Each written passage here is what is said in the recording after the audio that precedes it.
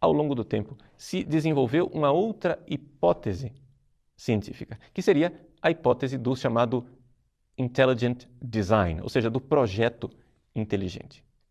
Sendo assim, dentro do campo científico, nós temos agora um debate. E o debate é este. Nós estamos falando de um projeto inteligente em que uma inteligência divina fez com que as coisas mudassem, mas com a sua intervenção direta, gradual, pedagógica e providencial. E uma outra hipótese, a hipótese de que as coisas...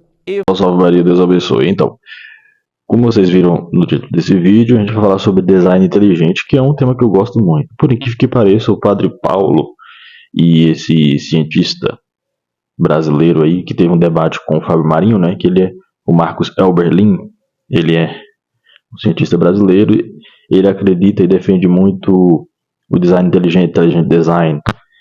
Como vocês viram aqui no início do vídeo, o Padre Paulo falando, né, no qual esse vídeo que ele fala é sobre um vídeo que ele faz uma resposta católica a respeito da teoria da evolução, e na opinião dele, ele não concorda tanto com a teoria da evolução, ele concorda mais com essa ideia do design inteligente, que por incrível que pareça e tal, não sei se vocês sabem, muitos consideram pseudociência. O que é uma pseudociência? Como se fosse uma mentira, não tem nada com base científica, não tem evidências, claro, não tem evidências fortes, digamos assim. Não tem evidências, não tem estudos tão direcionados, não tem estudos que qualificam, digamos assim, essa teoria, que é uma teoria, né? Teoria da evolução também é uma teoria, como o nome diz. Teoria do design inteligente também é uma teoria. E o Padre Paulo e o Marcos Elberlin, que é evangélico, protestante, que teve o debate com o Fábio Marinho, digamos que, pelo menos na época que o Padre Paulo fez esse vídeo, eles têm uma opinião um pouco igual, né, a respeito que é a questão da teoria da evolução. A teoria da evolução para o design inteligente não existe. Ninguém que crê no design inteligente acredita numa teoria da evolução. Para eles não existe evolução. Existe um ser inteligente que nos criou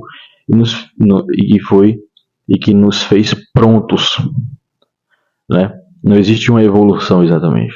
Existe um ser superior que nos criou prontos, como nós somos. A nossa espécie pronta, outras espécies prontas. Não existe uma certa evolução. Enfim, é muito polêmico, muito, né, eu vou deixar aqui a continuação do vídeo do Padre Paulo, vou deixar o link também na qual ele fala da teoria da evolução. Vou deixar também o link do vídeo do Marcos Elberlin, você pode acompanhá-lo também. Tem a Sociedade Brasileira de Inteligência, Design Inteligente. Ele já assisti muito ele falando sobre isso, de debates dele com Firula, que é um cientista ateu aí, né, de história e tal, outros cientistas também, cientistas muito bons. Mas o Marcos é muito bom também, porque ele é formado em Química, acho que deve ter doutorado, tem doutorado sim. Ele dá aula, escreve muito e, apesar de ser, ele é evangélico e tudo mais, mas nesse debate que ele teve com o Fábio Marinho, né, ele deixa ali bem claro que ele não acredita em evolução, mas acredita em design inteligente. E aí o Fábio Marinho meio que acredita nessa ideia de evolução. Então, o que a igreja pensa? Como vocês vão assistir, se vocês assistirem ali no vídeo do Padre Paulo, a igreja não descarta exatamente que a teoria da evolução não possa ser usada. A igreja acredita que Deus nos criou, mas não exatamente como foi. Aí parece que a igreja joga essa tarefa para os cientistas, para ficarem debatendo, teorizando como foi, né? Mas acredita que de algum modo Deus nos criou, por mais que tenha evolução ou não tenha evolução. Mas o incrível desses vídeos, né, que eu trago para vocês é que o Padre Paulo ele tem um posicionamento mais alinhado com o design inteligente, assim como o Marcos Elberlin, que foi uma surpresa para mim, que eu fui depois reparar nessa questão, né, que não foi algo que eu tinha reparado antes. E aí eu vou deixar vocês com esses vídeos para vocês fazerem a comparação entre a fala do Marcos, uma parte da fala, na verdade, entre a fala do Marcos Elberlin, que é o cientista que eu estou falando, e da fala do Padre Paulo, para vocês darem uma analisada e entenderem. E também vou deixar os links para vocês assistirem na íntegra desses vídeos. Salve Maria, Deus abençoe. Até a próxima. Se me é permitido dar uma opinião, de minha parte, eu tenho sérias dificuldades com o evolucionismo, mesmo que seja teísta. Por quê? Porque os argumentos do grupo do Intelligent Design, ou seja, do projeto inteligente, são argumentos que até agora não foram rebatidos com clareza. Por exemplo, quando nós vemos que o registro fóssil ainda é insuficiente, que nós não temos uma linha de coerência naquilo que é a teoria do evolucionismo, ou seja, a especiação, a criação a passagem de uma espécie para outra. Quando nós, por exemplo, vemos situações como as complexidades irredutíveis e assim por diante. Eu não quero entrar aqui no debate científico. Só quero colocar a minha posição e dizer que tenho dificuldades pessoais com o evolucionismo. Mas o Papa João Paulo II e o magistério da Igreja deixa aos cientistas a total liberdade para debaterem entre si e para se perguntarem qual é o processo que Deus utilizou. Uma última nota, que é o seguinte: não podemos ser, porém, ingênuos quando nós falamos a respeito de teoria da evolução. Por quê? Porque enquanto nós católicos não temos dificuldade de admitir que Deus criou as coisas todas prontas de uma vez só, ou as criou aos poucos, para os ateus, a teoria da evolução é uma coluna mestra para nós, para eles, necessária e muito, muito, extremamente importante. Por quê? Porque se não existe um Deus, só existe uma alternativa: que as coisas tenham vindo a ser o que são através do mero acaso e de uma seleção natural.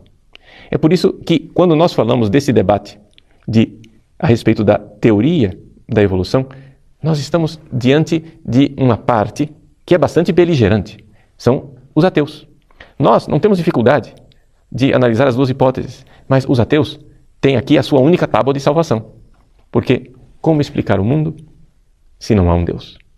Então, aqui não sejamos ingênuos, porque nem todas as pessoas que estão nesse debate científico estão realmente de boa vontade e isentas. Algumas estão simplesmente defendendo o seu credo ateísta e, por isso, precisam desesperadamente colocar certezas onde, na verdade, o que nós temos são teorias.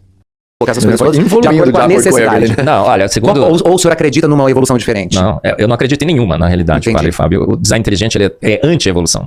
Ele apregou a tese científica de que fomos feitos prontos.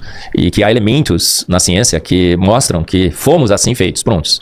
Não houve evolução, nem sequer microevolução. Entendi. A partir do momento que fomos feitos prontos, no ápice de sofisticação, nosso genoma era perfeito, estamos, na realidade, sofrendo um processo involutivo. Estamos acumulando mutações deletérias.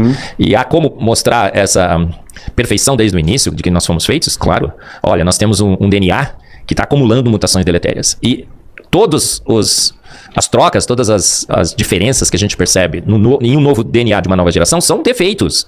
Não há nenhum registro na história da ciência, Padre Fábio, de uma única troca no nosso DNA que tenha aumentado a sofisticação, que tenha criado um novo processo metabólico, que tenha criado uma nova proteína. Evolutivo. Nada, zero.